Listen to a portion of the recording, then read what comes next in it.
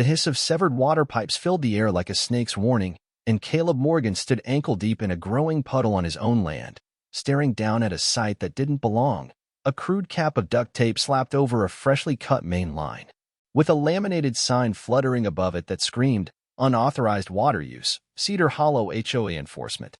Only problem was, this wasn't HOA property. It never had been. And Melinda Carr, the woman behind this amateur act of sabotage, had just made the biggest mistake of her life. The first gust of late summer wind carried the scent of wet dirt and the unmistakable reek of arrogance. Caleb didn't flinch. He simply pulled his hat lower over his brow, tilted his head to the side, and studied the scene with the calm, predatory patience of a man who had weathered much worse than entitled suburban warlords. He'd been gone just 3 days. 3 blissful, off-grid days deep in the Montana wilderness, where the river ran so clear it cut diamonds under the sun, where the trout fought hard and the world didn't intrude. No cell service. No emails. No HOA drama. Just silence, water, and freedom. And now this. The old instincts kicked in first. Observe, document, stay quiet. Caleb took out his phone and snapped slow, deliberate pictures, the sliced pipe, the tracks in the soft earth, the high-heeled boot prints with their ridiculous rhinestone impressions. Then he followed the tire marks to where they bent toward the road, small, shallow tracks, likely from a silver Lexus. He already knew whose. Melinda Carr, the self-appointed queen of Cedar Hollow.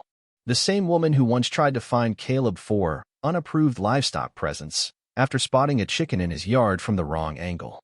Only this time, she hadn't just crossed a line. She had cut through it. And she had no idea she wasn't the one holding the cards anymore. 28 years ago, before Cedar Hollow had even been a concept on a developer's blueprint, Caleb had carved this land into shape himself, built the reservoirs, designed the private pumping systems, buried the lines. He didn't just own the water rights. He was the water. When the HOA moved in, years later, they made a quiet handshake deal. Caleb would allow limited access to his private water infrastructure for a modest monthly fee, cheaper than city hookups. Paperwork was filed, records buried in dusty county offices where no HOA clipboard could casually reach. But the agreement had expired, and the fools had never renewed it. Now, every sprinkler that misted their manicured lawns, every koi pond glistening under the Montana sun, every pool and petal that bloomed in Cedar Hollow flowed courtesy of Caleb Morgan's hand. And with one foolish act of vandalism, Melinda Carr had just handed him the lever to all of it. Caleb didn't rush. He turned slowly, boots squelching against the saturated ground, and walked back toward his barn. His barn, his land, his world. And tucked behind the ancient hay bales, rusted but reliable, stood an old breaker panel with 3 labeled switches. He didn't hesitate. The middle switch. Backup flow gate. A flick of his callous thumb. Across Cedar Hollow, a death rattle began. Faucets hissed and sputtered into silence. Sprinklers choked dry. Fountains and pristine courtyards gurgled once, then collapsed into stillness. Pools drained down to sludgy puddles.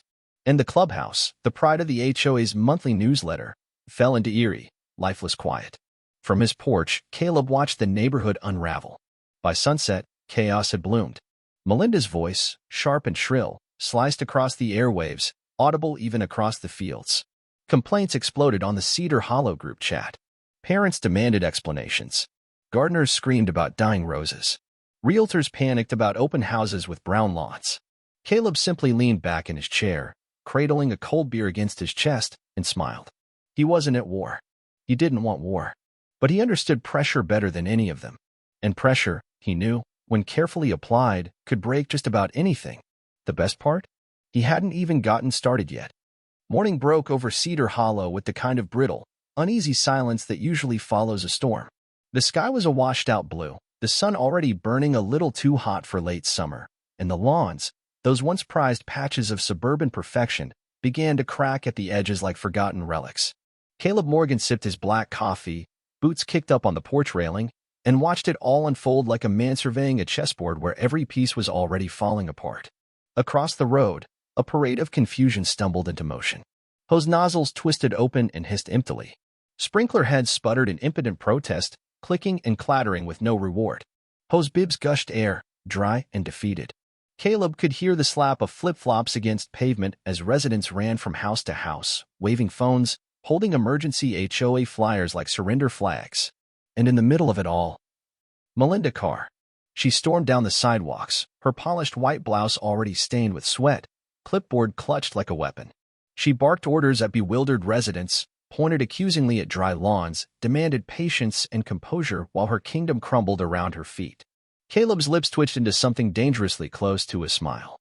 Melinda had no idea how deep the cut ran. She thought this was a temporary glitch, a pump failure, maybe a loose connection. She didn't understand that the system she depended on wasn't hers. It never had been, and it never would be. Caleb knew the neighborhood like the back of his hand, the hidden junctions, the backup valves, the pressure ratings. He knew which houses had old copper pipes vulnerable to bursting if they ran dry too long, and which ornamental fountains would rot fastest once the algae set in. He didn't need to lift another finger. The clock was already ticking. By mid-morning, the Cedar Hollow group chat had become a battleground of emojis, frantic texts, and poorly thought-out conspiracy theories. City pipeline failure?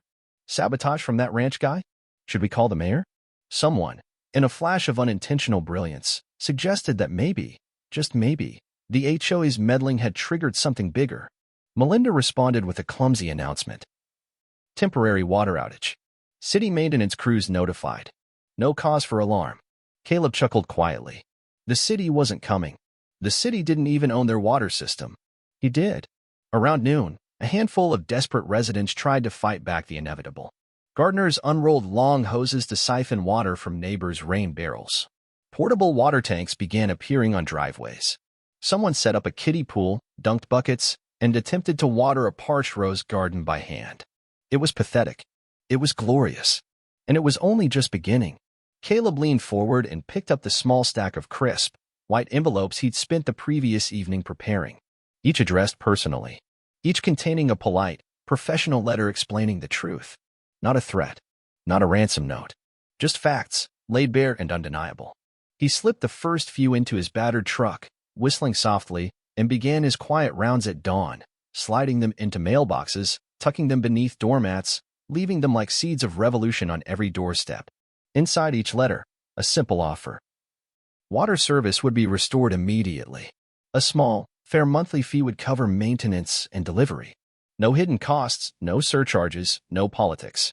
One condition. Melinda Carr must resign from the HOA board. Permanently. Caleb didn't ask for apologies. He didn't demand retribution. He offered peace and made it their choice to take it. By the time he finished, the sun had just begun to climb over the rooftops. Birds chirped, lawn chairs creaked, and somewhere down the street, a child cried out in frustration when the community splash pad failed to deliver its promised fountains of joy. Caleb returned to his porch, poured another cup of coffee, and waited. It didn't take long. The first cracks came before breakfast. A woman in yoga pants stood in her front yard, reading Caleb's letter aloud to her husband, her voice rising with every sentence. Across the cul-de-sac, an older man slammed his car door and stormed toward a neighbor's house, waving the letter like a white-hot brand. Phones buzzed. Voices carried. And then, there she was, Melinda Carr herself, marching down the sidewalk in her black flats, her arms stiff at her sides, her face twisted into a mask of controlled fury. She stopped at the center of the cul-de-sac, turned in a slow circle, and yelled loud enough for the entire street to hear. Do not listen to him.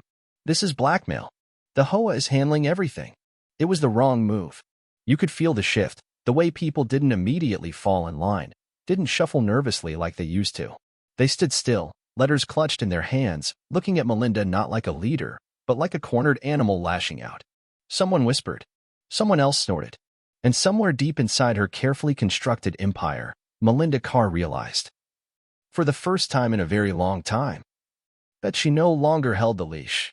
Caleb tipped his hat low against the sun and watched her retreat back toward her house, back toward the empty koi ponds and brittle lawns.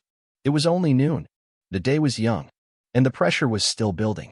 The emergency HOA meeting was set for 4 o'clock sharp, but by 3:30 the streets of Cedar Hollow churned like a kicked-over anthill. Cars packed the clubhouse lot. Residents filed out of doorways, clutching folding chairs and thermoses, talking low and fast in little groups. Some carried Caleb's letter folded neatly under their arms. Others waved it like a flag. Inside the clubhouse, the fluorescent lights buzzed against the stale air. The room, usually half empty for bake sales and landscaping updates, was packed wall to wall. Caleb stood in the back corner, arms crossed, leaning casually against the wall like he had all the time in the world. He wasn't here to fight. He was here to watch history catch up. At the front of the room, perched behind a wobbly podium, stood Leonard Marks, the nominal HOA president who looked about as comfortable as a cat in a rainstorm. His forehead glistened under the harsh lighting. His voice cracked on the first sentence. We're here today, Leonard began, clutching a crumpled piece of paper, to address some recent events concerning the community's water supply and unauthorized actions taken by certain parties. He didn't name names. He didn't have to. All eyes flickered toward Melinda Carr, seated stiffly in the front row, her face carefully blank, but her hands trembling just enough to betray the hurricane brewing inside her. Leonard cleared his throat and pushed forward, stumbling through legalese about proper channels and community interests. No one cared. They had seen the dry lawns. They had smelled the rotting koi ponds. They had lived through the powerless, bone-dry mornings. And they had read Caleb's letter. Simple, direct, unapologetic. At last, Leonard reached the part that mattered. A motion has been raised to remove Melinda Carr from her position on the board due to actions taken without authority, resulting in disruption of services and potential legal liabilities. There was a beat of silence, and then a roar. Not shouting, not screaming. Applause. A low, rising wave of clapping that filled the room like thunder rolling across an empty canyon. Melinda stood up abruptly, knocking over her chair, her mouth opening and closing in furious silence. She tried to speak, tried to summon the authority she had wielded for so many years, but no one gave her the floor. Instead, a voice rose from the middle of the crowd. A voice Caleb recognized. Mr. Sanchez, the retired land attorney who had quietly reviewed Caleb's evidence, stood, papers in hand, and spoke with calm, devastating precision. I have reviewed the documents Mr. Morgan provided, he said, voice carrying clear to the back of the room. I have confirmed through public county records that the Cedar Hollow HOA does not own, and has never owned, the water infrastructure in question. Murmurs rippled outward like shockwaves. Sanchez continued, merciless in his steady tone. Furthermore, the action taken by Mrs. Carr to sever a private utility line without authorization constitutes vandalism under state law. And had Mr. Morgan chosen to press charges, she could be facing significant civil liability. Someone gasped. Melinda's carefully applied foundation couldn't hide the blood draining from her face. Sanchez tucked the papers neatly under one arm and delivered the final blow. The residents of Cedar Hollow were not victims of sabotage by an outsider. We were victims of ignorance and arrogance from within. The room went dead silent. No one spoke. No one moved. Until, one by one, hands began to rise. Every single hand. When Leonard called for the official vote, it wasn't even close. Unanimous. Melinda Carr was stripped of her position. No more fines. No more threats. No more midnight emails about mailbox colors and holiday wreath regulations. She stood frozen for a moment longer, blinking as if the world had betrayed her. Then, without a word, she grabbed her purse, turned on her heel, and marched out of the clubhouse to the hollow clatter of a screen door banging shut behind her. The cheers that followed shook the windows. Caleb didn't cheer. He didn't even smile. He simply stepped forward, slow and steady, and when Leonard nervously asked if he would say a few words, he spoke in the same plain tone he had used all his life. I'm not here for power. I'm not here for titles. I just want what I built to be respected. He laid out his offer again. Calm, clear, unthreatening. Water for a fair fee, maintenance by his own hand, and a simple, unbreakable agreement. Respect goes both ways. The residents, stunned into rare unity, agreed without hesitation. They had seen what life looked like without Caleb's water, and they wanted no part of it. By the time Caleb walked back to his porch that evening, the first sprinklers were clicking back to life across Cedar Hollow. The hiss of fresh water against dry earth was the sweetest music he'd heard in years. Above him, the stars winked awake in a darkening Montana sky. Below, a broken kingdom slowly pieced itself together, one quiet, honest choice at a time. And Melinda Carr's house? It stayed dry. Not out of spite. Out of simple, unbreakable principle. In the weeks that followed, Cedar Hollow transformed. Not with fanfare or grand speeches, just in small, almost imperceptible shifts that, together, felt like breathing after years underwater. The ornamental hedges that once formed rigid, approved barriers between homes grew a little wild, curling into natural arches.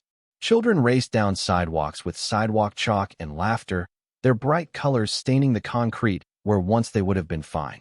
New flowers, unapproved, unsanctioned, unapologetic, bloomed in yards where conformity had reigned. Caleb Morgan watched it all from a distance. He didn't interfere. He didn't attend the new board meetings. He didn't weigh in when residents proposed the idea of a free garden program or when someone suggested scrapping the ridiculous mailbox color regulations altogether. He had made his peace. Water for freedom, respect for respect. And Cedar Hollow, battered but breathing, was honoring its side of the bargain. Melinda Carr, meanwhile, had all but vanished. Her silver Lexus, once a daily symbol of HOA authority, sat unused under a layer of dust. Her front lawn, once the envy of every real estate brochure, had withered to brittle brown patches. Dead roses clawed at the air from dried-out bushes. Her once pristine picket fence leaned slightly where the soil had cracked beneath it. Rumor had it she was trying to sell. But buyers, it turned out, were wary of homes with viral reputations. Caleb hadn't needed to spread stories. The town had done that for him. Clips of Melinda, soaked in red foam and arguing with deputies, had made the rounds on local news and social media. Her name became shorthand for everything wrong with petty power and empty authority. The new Cedar Hollow HOA charter, rewritten and slimmed down, officially codified what Caleb had always believed. Landowners' rights would be respected. Private systems would be honored. No HOA officer could trespass, modify, or seize property without unanimous consent and public record. It was a different world now, one built not on fear, but on understanding. Caleb's ranch remained separate, sovereign. His only addition was a simple new sign at the gate. Private land, private water, respect required. Visitors chuckled at the bluntness. Neighbors nodded with quiet approval. And life rolled on. Late one evening, as a golden dusk settled over the fields, Mr. Sanchez pulled up in a dusty pickup, carrying a pecan pie from his wife and a clipboard under his arm. He and Caleb sat on the porch for a while, drinking cold tea and talking about nothing. Irrigation schedules, the stubbornness of coyotes, whether the apple saplings planted along the south fence would survive the coming winter. Finally, Mr. Sanchez set the clipboard down between them. "We finished it," he said simply. Caleb lifted the packet and flipped through. The new Cedar Hollow charter, stripped of pettiness, built on respect. He grunted in approval, but made no move to sign or join. Mr. Sanchez understood. Caleb didn't belong inside walls. He belonged out here, where the water flowed and the fences stood for trust, not barriers. Before Mr. Sanchez left, Caleb led him behind the barn, past the known reservoir, past the crooked oak. There, hidden beneath vines and thyme, stood a modest pump house. Inside, Caleb revealed the deeper truth. The well, 42 feet deep, fed by a natural aquifer older than any blueprint or survey map. A backup, a safeguard, because true freedom didn't come from fighting battles. It came from being ready long before the first shot was ever fired.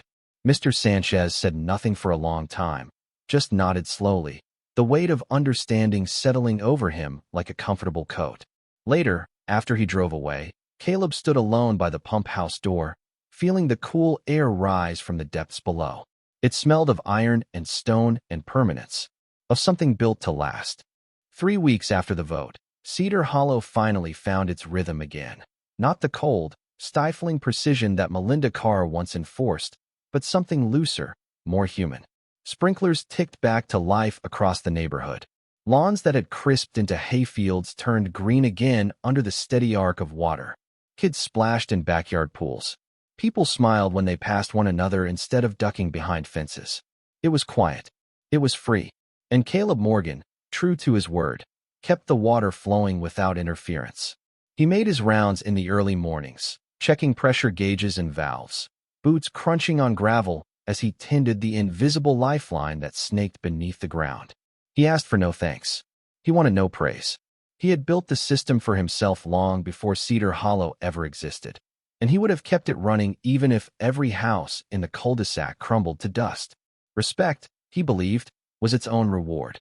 Melinda Carr's house, though, stayed dry. Not out of cruelty. Out of principle. Caleb had sent her the same agreement he sent everyone else. Fair, clear, with no special clauses or grudges. But she never responded. Never signed.